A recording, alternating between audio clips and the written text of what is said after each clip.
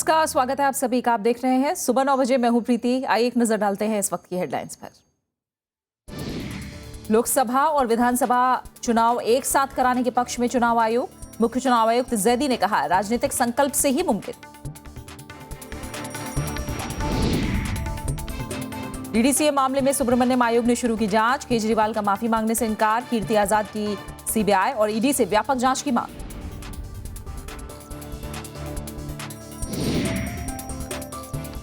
CPM के पूर्ण अधिवेशन का तीसरा दिन। पार्टी को दलितों से जोड़ने पर जोर। विधानसभा चुनाव में कांग्रेस से गठबंधन का इरादा। अगले महीने बनेगी चुनावी रणनीति।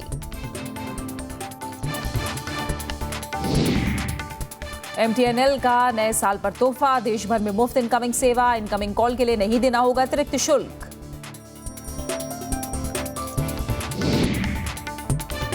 $10 लाख से ज्यादा आय वालों को नहीं मिलेगी एलपीजी सब्सिडी। 1 जनवरी से लागू। 57.5 लाख लोगों ने छोड़ी है सब्सिडी।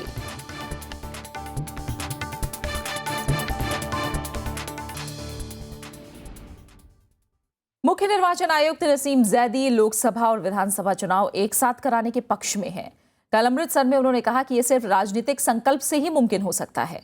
उन्होंने कहा कि इस मामले में संसदीय समिति की सिफारिशों पर चर्चा की जाएगी और फिर कानून में बदलाव किया जा सकता है।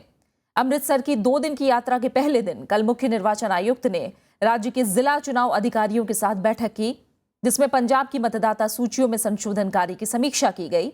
इस दौरान उन्होंने चुनाव अधिकारियों को मतदाता सूची में खामियों को दूर करने का निर्देश दिया। उन्होंने फरवरी 2017 से पहले पंजाब विधानसभा के चुनाव कराने के सवाल को नकार दिया। उन्होंने कहा कि चुनाव तय वक्त पर ही होंगे। साथ ही कहा कि जो वोटर सूची में शामिल होने से वंचित रह गए हैं, उन्हें हर हाल में साल 2016 तक शामिल कर लिया जाएगा।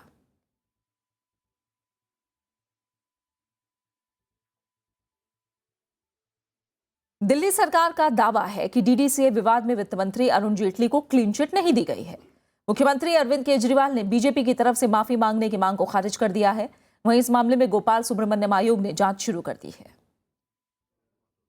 दिल्ली के मुख्यमंत्री अरविंद केजरीवाल ने डीडीसीए विवाद में माफी मांगने से इनकार कर दिया है। उन्होंने ट्विटर पर लिखा कि चेतन सांघी जांच आयोग की रिपोर्ट में कई गड़बड़ियों का जिक्र है, लेकिन अब तक किसी की जवाबदेही तय नहीं की गई है, इसलिए आरोपियों को जांच का सामना करना चाहिए।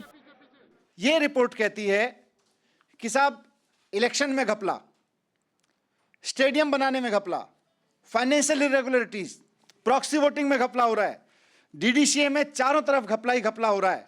मैं पूछना चाहता हूं, जो क्लीन चिट का ढिंढोरा पीट रहे हैं, कहां क्लीन चिट मिली है, किस चीज में क्लीन चिट मिली है? बीजेपी ने रविवार को दिल्ली सरकार की जांच रिपोर्ट का हवाला देते हुए अरविंद केजरीवाल से माफी की मांग की थी। पार्टी का कहना है कि अरुण जेटली के खिलाफ कोई आरोप नहीं है।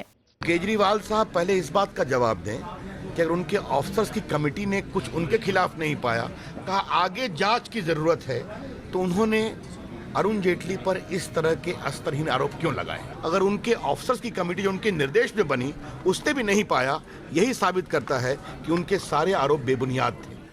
उधर बीजेपी से निलंबित सांसद कीर्ति आजाद ने एक बार फिर सीबीआई जांच की मांग की है। उन्होंने पार्टी विरोधी गतिविधियों में शामिल होने के आरोप भी खारिज किए। प्रवक्ताओं को यही कहना चाहता हूं कि पार्टी का मामला तो है नहीं, ये मामला तो खेलों में भ्रष्टाचार का है। ये मामला तो डीडीसी में हुए भ्रष्टाचार का है। इस बीच गोपाल सुब्रमण्यम आयोग ने डीडीसी विवाद की जांच शुरू कर दी है। अनु दीवान, राज्यसभा टीवी। बीजेपी ने दिल्ली के मुख्यमंत्री अरविंद केजरीवाल और परिवहन मंत्री गोपाल राय पर ऑटो परमिट घोटाले का आरोप लगाकर उनके इस्तीफे की मांग की है। बीजेपी के कार्यकर्ताओं ने कल केजरीवाल के घर के बाहर प्रदर्शन किया। प्रदर्शनकारियों को रोकने के लिए पुलिस को पानी की बौछार करनी पड़ी। दिल्ली में परिवहन विभाग से 10,000 ऑटो के नए परमिट जारी करने में गड़बड़ी का आरोप लगा है। बीजेपी का दावा है कि परमिट फर्जी पते पर आम आदमी पार्टी के कार्यकर्ताओं को बांटे गए हैं। इससे पहले इस मामले के सामने आने के बाद 3 अधिकारियों को सस्पेंड कर विजिलेंस विभाग को जांच की जिम्मेदारी सौंप दी गई है। इस घोटाले में सीधे सीधे गोपाल राय, संजीव झा और खुद मुख्यमंत्री सरकारी कंसेंट के बिना ये बड़ा घोटाला संभव नहीं है। गरीब लोगों का जो करोड़ों पैसा लूटा गया है, वो पैसा वापस कौन करेगा? क्योंकि उनकी मेहनत की कमाई है, दिन भर ऑटो चलाते हैं, पेट पालते हैं, उनका पैसा वापस कौन करेगा, ये बड़ा सवाल है। पश्चिम बंगाल विधानसभा के अगले साल होने वाले चुनाव में बीजेपी विरोधी महागठबंधन बन सकता है। कोलकाता में सीपीएम के पूर्ण अधिवेशन में कांग्रेस के साथ गठबंधन के भी संकेत दिए गए। हालांकि पार्टी ने कहा है कि अभी इस बारे में कोई अंतिम चर्चा नहीं हुई है। सीपीएम अब दलितों के बीच जनाधार बढ़ाने पर खासा जोर दे रही है। सीपीएम की पश्चिम बंगाल राज्य कमेटी अगले महीने अपनी चुनावी रणनीति तय करेगी। पार्टी इस पर भी विचार करेगी कि क्या ममता बनर्जी को हराने के लिए कांग्रेस का साथ लिया जा सकता है। माना जा रहा है कि पार्टी महासचिव सीताराम येचुरी पार्टी राज्य कमेटी को इस पर विचार करने के लिए हरी झंडी दे चुके हैं। They have to take a decision in accordance with the central understanding of the party that is there in the party Congress resolutions and what we decide in the plenum. So all that I am saying is West Bengal committee has said that the discussions on this will begin from the beginning of January. Party के कुछ बड़े नेता भी इस प्रस्ताव की हिमायत में बोल चुके हैं। हालांकि केरल को ध्यान में रखते हुए पार्टी के लिए यह आसान फैसला नहीं होगा। उधर पार्टी प्लेनम में सोमवार को सीताराम येचुरी ने संगठन पर प्रस्ताव रखा। पार्टी ने समाज के कमजोर तबकों, खासकर दलितों में पार्टी के विस्तार की जरूरत बताई है। Because the focus was only, like Mahatma Gandhi said, change of heart. Harijan. Changing of heart doesn't give you equality. Changing the economic empowerment gives you the equality. That is the change that we project. Party plenum में बाकी बचे 3 दिनों तक संगठन को मजबूत बनाने से जुड़ी रिपोर्ट और प्रस्ताव पर चर्चा करेगी। श्याम सुंदर, राज्यसभा टीवी, कोलकाता। और कोलकाता से हमारे साथ हमारे संवाददाता श्याम सुंदर जुड़े हैं, जो कि सीपीएम के पूर्ण अधिवेशन पर बारीकी से नजर बनाए हुए हैं। श्याम, हमने देखा संकेत दिए गए कि कांग्रेस के साथ मिलकर एक महागठबंधन बनाया जाएगा, लेकिन क्या ये इतना आसान दिखता है? किस तरह की चुनौती होंगी इस गठबंधन को लेकर?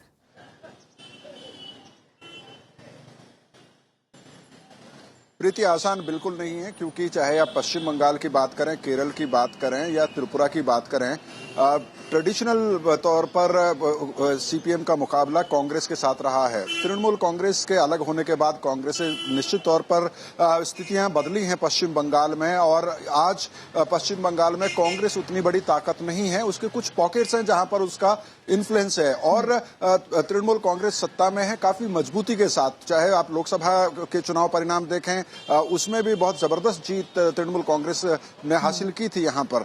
तो इन हालात में पश्चिम बंगाल के कुछ नेता ये मानते हैं कि तृणमूल कांग्रेस को हराने के लिए ये जरूरी है कि वोटों का बंटवारा ना हो, और उसके लिए अगर कांग्रेस को साथ लेना पड़े एक जूनियर पार्टनर के तौर पर, तो उसमें कोई गलत कदम नहीं होगा। लेकिन पार्टी के लिए मुश्किल ये है कि केरल और त्रिपुरा अभी भी ऐसे राज्य हैं जहां सीधा सीधा कांग्रेस के साथ उनका टकराव होता है, कांग्रेस के साथ वो मुकाबले में होते हैं। तो निश्चित तौर पर बहुत मुश्किल सवाल है, और ये भी सवाल है कि क्या अगर ऐसा कोई अलायंस या कोई ऐसी अंडरस्टैंडिंग हो भी जाती है, तो जो पार्टी कार्यकर्ता हैं या जो पार्टी के फॉलोवर हैं, जो ट्रेडिशनली बहुत शार्प बंटवारा जिनमें रहा है, क्या वो एक दूसरे को वोट ट्रांसफर करा पाएंगे? बिल्कुल, बहुत बहुत शुक्रिया श्याम, आपका हमारे साथ जुड़ने के लिए, इस तमाम जानकारी के लिए।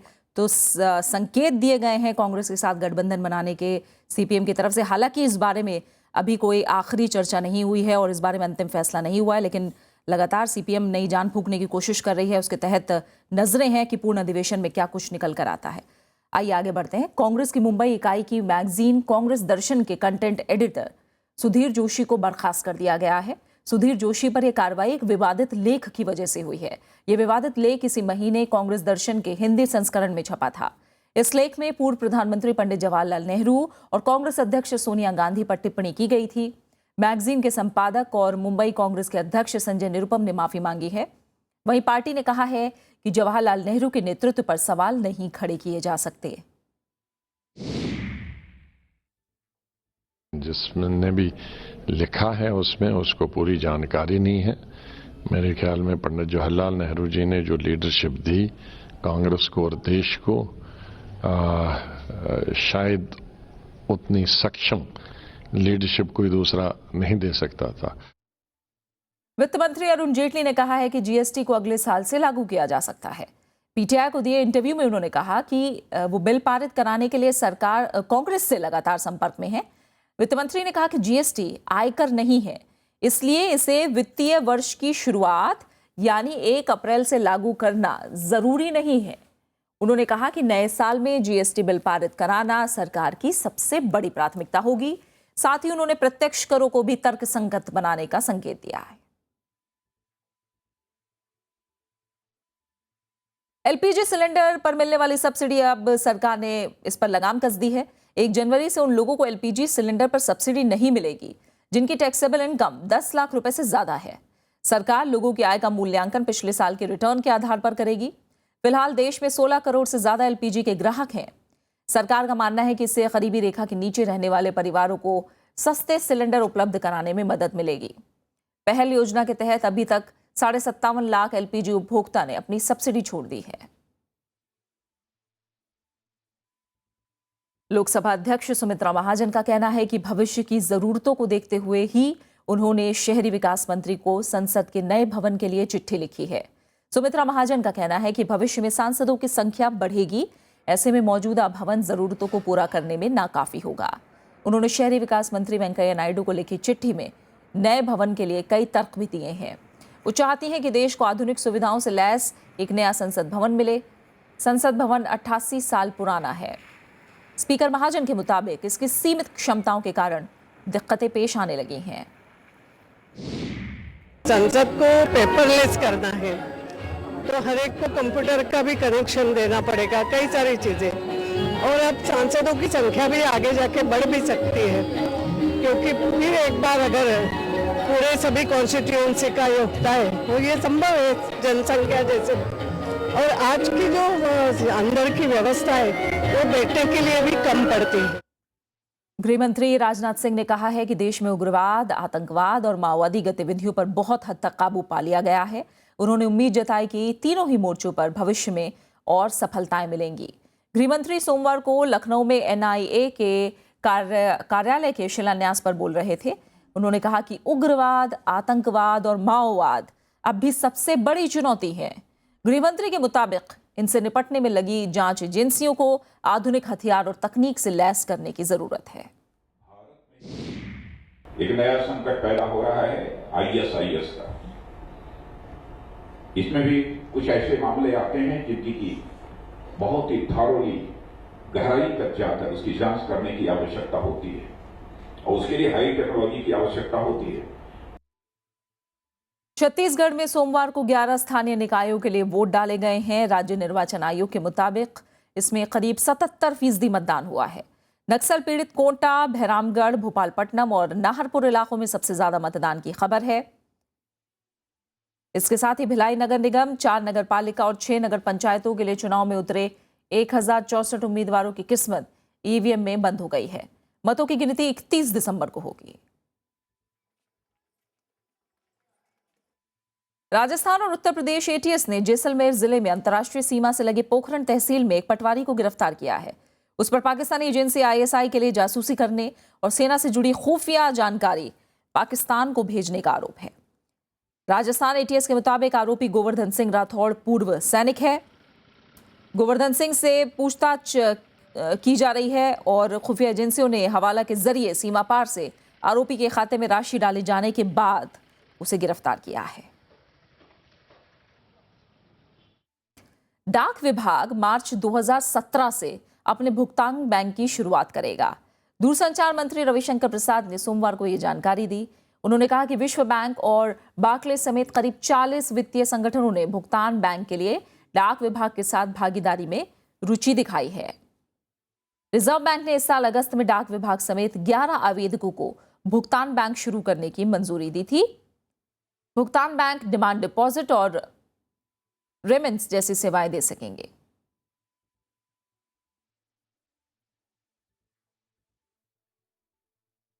नागर विमानन मंत्रालय ने 4 ग्रीनफील्ड एयरपोर्ट को मंजूरी दे दी है। इसमें गुजरात के ढोलेरा स्थित इंटरनेशनल एयरपोर्ट भी शामिल है। इस एयरपोर्ट के बनने से अहमदाबाद एयरपोर्ट पर बोझ कम होगा। 3 अन्य ग्रीनफील्ड एयरपोर्ट आंध्र प्रदेश में बनेंगे। आंध्र प्रदेश में आने वाले एयरपोर्ट में भोगापुरम एयरपोर्ट प्रमुख है। नेल्लोर और कुर्नूल ग्रीनफील्ड एयरपोर्ट के विकास को भी मंजूरी दे दी गई है। इनका निर्माण पीपीपी मॉडल के तहत होगा। दिल्ली सरकार राष्ट्रीय राजधानी में सम विषम संख्या वाली निजी गाड़ियों की योजना पर अमल के लिए बुधवार को ड्राई रन करेगी। दिल्ली के परिवहन मंत्री गोपाल राय ने कहा कि योजना की शुरुआत के दिन शुक्रवार को 3000 अतिरिक्त बसें चलाई जाएंगी। 1 जनवरी से दिल्ली में सम विषम फॉर्मूले को देखते हुए दिल्ली मेट्रो रेल कॉरपोरेशन की तरफ से इंतजाम किए गए हैं। इसमें मेट्रो ट्रेनों के फेरे बढ़ाने का फैसला लिया गया है। मेट्रो ट्रेनें अब 3192 फेरे लगाएंगी। मेट्रो पर पड़ने वाले दबाव को देखते हुए सुरक्षा के भी इंतजाम किए गए हैं। इसके लिए अलग अलग मेट्रो स्टेशनों पर अतिरिक्त गार्ड और उपभोक्ता सुविधा केंद्रों पर ज्यादा स्टाफ की तैनाती की जाएगी। सीआईएसएफ के और 500 जवान मेट्रो की सुरक्षा में तैनात किए जाएंगे। खबरें लगातार जारी हैं, लौट रहे हैं एक छोटे से ब्रेक के बाद।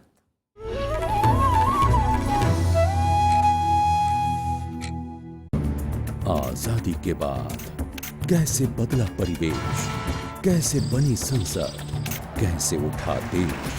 When the world sleeps, India will awake to life and freedom. कौन थे वो लोग जो दे गए हमको शानदार विरासत, लोकतंत्र की मजबूत इमारत। राज्यसभा टेलीविजन।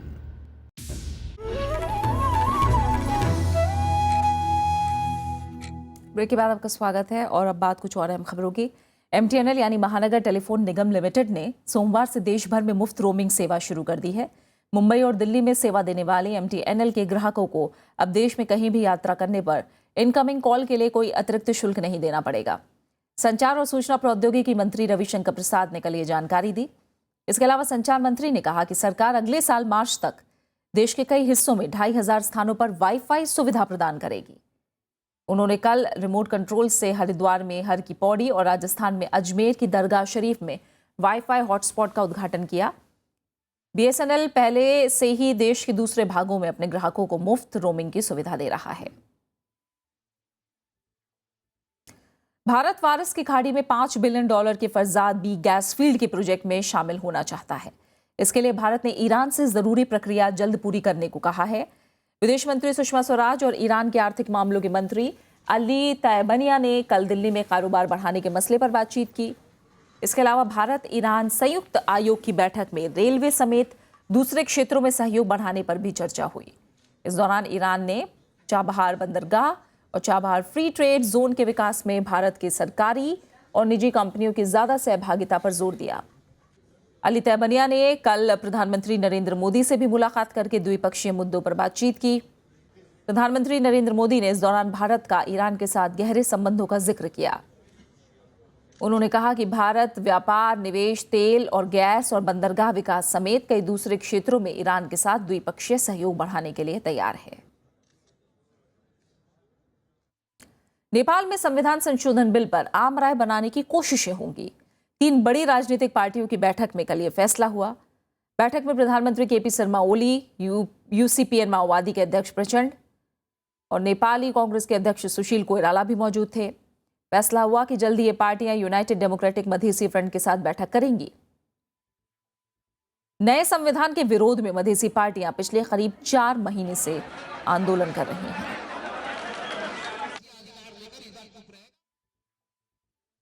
जापान और साउथ कोरिया के बीच दशकों पुराना कंफर्ट विमेन विवाद सोमवार को खत्म हो गया। जापान ने द्वितीय विश्व युद्ध के दौरान यौन दासता के लिए दक्षिण कोरिया से माफी मांगी। जापान के प्रधानमंत्री शिंजो आबे ने सोमवार को आधिकारिक तौर पर इस उत्पीड़न के लिए माफी मांगी। इस मसले पर दोनों देशों के बीच सोमवार को एक समझौता भी हुआ। कंफर्ट विमेन दूसरे विश्व युद्ध के दौरान वो युवतियां थीं जिन्हें जापानी सैनिकों ने सेक्स स्लेव बनाया था। इस मुद्दे पर तब से आज तक दोनों देशों में तनाव था। जापान ने बचे हुए पीड़ितों के लिए 1 अरब येन देने का भी ऐलान किया है। जापान के प्रधानमंत्री शिंजो आबे ने इसे दोनों देशों के रिश्तों के लिहाज से नए युग की शुरुआत बताया है। सबसे बड़े तेल निर्यातक देश सऊदी अरब ने कच्चे तेल की कीमतों में 40% तक इजाफा करने का फैसला किया है। न्यूज एजेंसी एएफपी के अनुसार सऊदी अरब का राजस्व घाटा करीब 66 बिलियन यूरो पहुंच चुका है।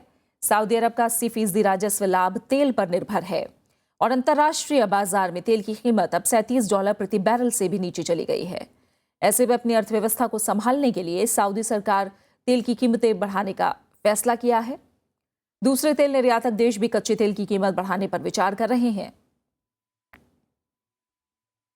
सऊदी अरब के इस फैसले से दुनिया के तमाम देशों में तेल कीमतों पर जबरदस्त उछाल आ सकता है।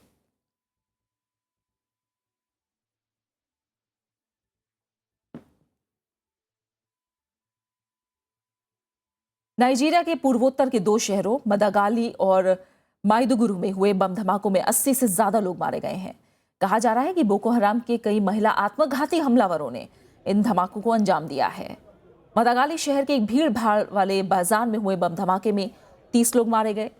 वहीं इसके पड़ोसी राज्य बोर्नो के माइदुगुरु शहर में कई बम धमाके हुए जिसमें 50 से ज्यादा लोगों की मौत हुई है। नाइजीरिया की सेना ने भी 10 संदिग्ध हमलावरों को मार गिराने का दावा किया है। सीरिया के होम शहर में सोमवार को हुए 2 बम धमाकों में 30 से ज्यादा लोगों की मौत हुई है और 100 लोग जख्मी हुए हैं। पुलिस के मुताबिक सबसे पहले एक कार में धमाका हुआ और इसके ठीक बाद एक आत्मघाती हमलावर ने खुद को उड़ा लिया। अभी तक किसी भी आतंकी संगठन ने हमलों की जिम्मेदारी नहीं ली है। इससे पहले 12 दिसंबर को पूर्वी अल जहरा इलाके में एक हॉस्पिटल के पास 2 धमाके हुए थे, उसमें 16 लोगों की मौत हुई थी। आतंकी संगठन ISIS को हमले के लिए जिम्मेदार माना जा रहा है। और अब बात मौसम से जुड़ी खबरों की। तमिलनाडु के थुट्टुकुडी, तिरुनेलवेली और कन्याकुमारी जिलों समेत दक्षिण तटीय जिलों में भारी बारिश से जनजीवन पर असर पड़ा है। इन जिलों में एक हफ्ते बाद कल फिर भारी बारिश हुई। निचले इलाकों में बाढ़ जैसी स्थिति है। NDRF की 6 टीमों को इन जिलों में लगाया गया है। बाढ़ पीड़ित इलाकों में 80 से ज्यादा राहत शिविर बनाए गए हैं।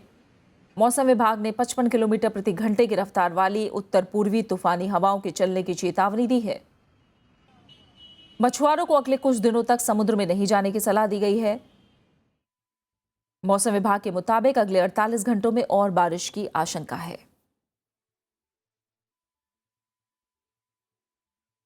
उत्तर भारत में सोमवार को लोगों को कड़ाके की ठंड से राहत मिली। अफगानिस्तान की तरफ से आ रही गर्म हवाओं के चलते तापमान में बढ़ोतरी दर्ज की गई। हालांकि मौसम विभाग ने कहा है कि आने वाले दिनों में ठंड और बढ़ेगी। देश के पहाड़ी इलाकों में बर्फबारी जारी है। जम्मू कश्मीर के राजौरी समेत कई इलाकों में बीती रात बर्फ गिरी, लेकिन अफगानिस्तान की ओर से आ रही गर्म हवाओं के चलते पहाड़ी और मैदानी इलाकों में लोगों को कड़ाके की ठंड से राहत मिली है। लेह में तापमान 0.8 डिग्री सेल्सियस दर्ज किया गया। सुबह शाम सर यहाँ पर ठंड इतनी जबरदस्त है कि घर से निकलना दूभर हो गया है। और बहुत गलन और ठंड है, बहुत ज्यादा ठंड है। मैदानी इलाकों में दिन और रात के तापमान में 2 से 3 डिग्री तक की बढ़ोतरी हो गई है। दिल्ली में न्यूनतम तापमान करीब 8 डिग्री सेल्सियस तक पहुंच गया है। ठंड तो पड़ रही है, दिन में सुबह भी जो है जैसे कंपन है, उंगली में कंपन है, लेकिन उसके बाद जो है धूप खिलती है तो थोड़ी सी राहत मिलती है। फिर शाम को वही 6:30 बजे के बाद से गलन महसूस होना होता है। जिस प्रकार से सुबह होती है उसी प्रकार से रात में भी होती है। शीतलहर का असर कम होने से फसलों में पाला पड़ने की आशंका खत्म हो गई है। इससे किसानों को काफी राहत मिल गई है। लगातार गिर रहे तापमान से किसानों की चिंताएं बढ़ गई थी। हालांकि मौसम विभाग के मुताबिक आने वाले दिनों में फिर से लोगों को ठंड और शीतलहर का सामना करना पड़ सकता है। Bureau report, Rajya Sabha TV. America में तूफान और बाढ़ का खतरा कम नहीं हो रहा है। पिछले एक हफ्ते में 40 से ज्यादा लोगों की मौत हो चुकी है। बाढ़, तूफान और बर्फबारी को देखते हुए कई शहरों में आपातकाल लगा दिया गया है, जबकि करीब 1500 से ज्यादा उड़ानें रद्द कर दी गई हैं। उधर ब्रिटेन के कई शहर भी भीषण बाढ़ से बेहाल हैं। प्रधानमंत्री डेविड कैमरन ने बाढ़ पीड़ित राज्यों का दौरा करके हालात का जायजा लिया।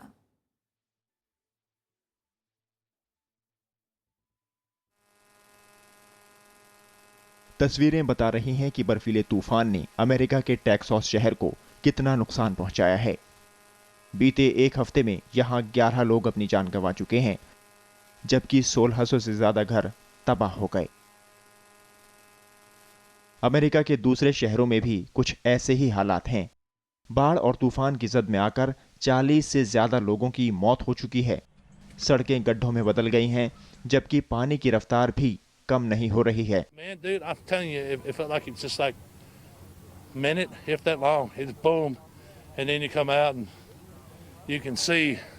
I've got a damn kayak in my garage. I don't own one, and a hot tub by my truck. इस बीच कई इलाकों में हो रही बर्फबारी ने आम जनजीवन पर ब्रेक लगा दिया है। लोगों को आवाजाही में खासी दिक्कतों का सामना करना पड़ रहा है। It was just normal freight train type sound, and the next thing you know, everything was, you know, all the neighbors, everybody, we all went in and took our safe area. And उधर Britain में भी बाढ़ से हालात बेहद खराब हैं। Britain की यॉर्क सिटी के कई इलाके पानी में डूबे हैं। ब्रिटिश प्रधानमंत्री डेविड कैमरन ने सोमवार को बाढ़ प्रभावित इलाकों का दौरा किया। उन्होंने राहत और बचाव काम तेज करने और पीड़ितों को तुरंत राहत सामग्री पहुंचाने का आदेश दिया है। Bureau report, Rajya Sabha TV. और खेल की दुनिया से अहम खबर है, गुजरात ने पहली बार Vijay Hazare one day cricket trophy जीत ली है। एक तरफा फाइनल मुकाबले में गुजरात ने दिल्ली को 139 रनों से करारी मात दी। कप्तान पार्थिव पटेल के शानदार शतक की बदौलत गुजरात ने दिल्ली के सामने जीत के लिए 274 रनों का लक्ष्य रखा।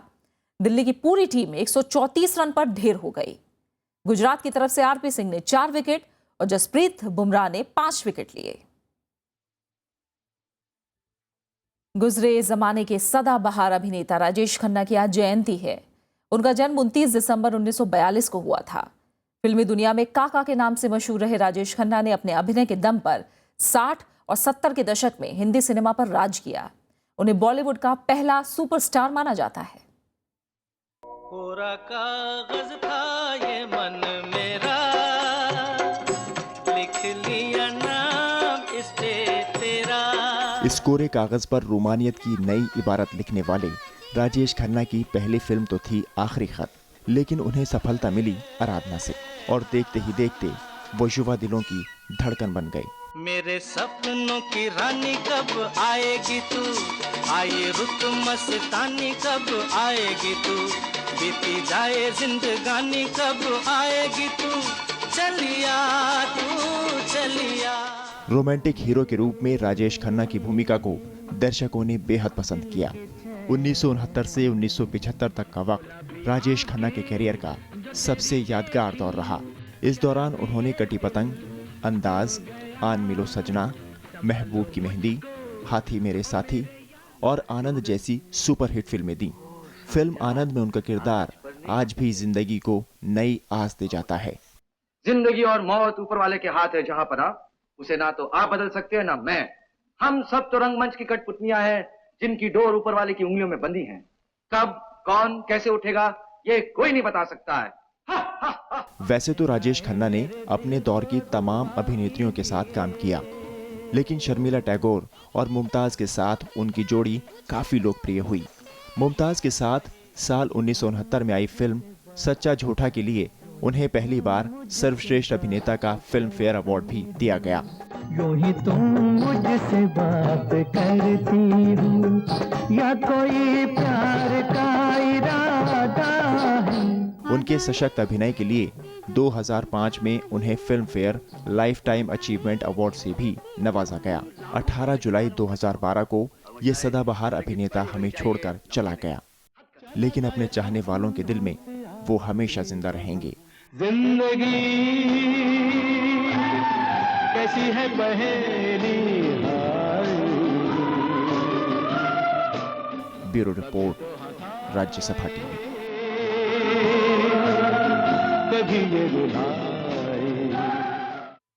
और इसी के साथ फिलहाल इस बुलेटिन में इतना ही। आखिर में एक नजर हेडलाइंस पर। लोकसभा और विधानसभा चुनाव एक साथ कराने के पक्ष में चुनाव आयोग। मुख्य चुनाव आयुक्त जैदी ने कहा, राजनीतिक संकल्प से ही मुमकिन।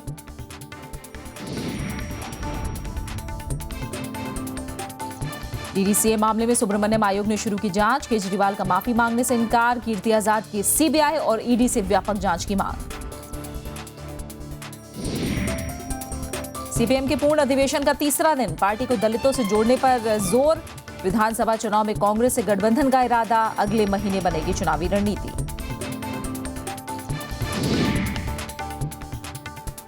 MTNL का नए साल का तोहफा, देश भर में मुफ्त इनकमिंग सेवा, इनकमिंग कॉल के लिए नहीं देना होगा अतिरिक्त शुल्क। 10 लाख से ज्यादा आय वालों को नहीं मिलेगी LPG सब्सिडी, 1 जनवरी से लागू, 57.5 लाख लोगों ने छोड़ी है सब्सिडी।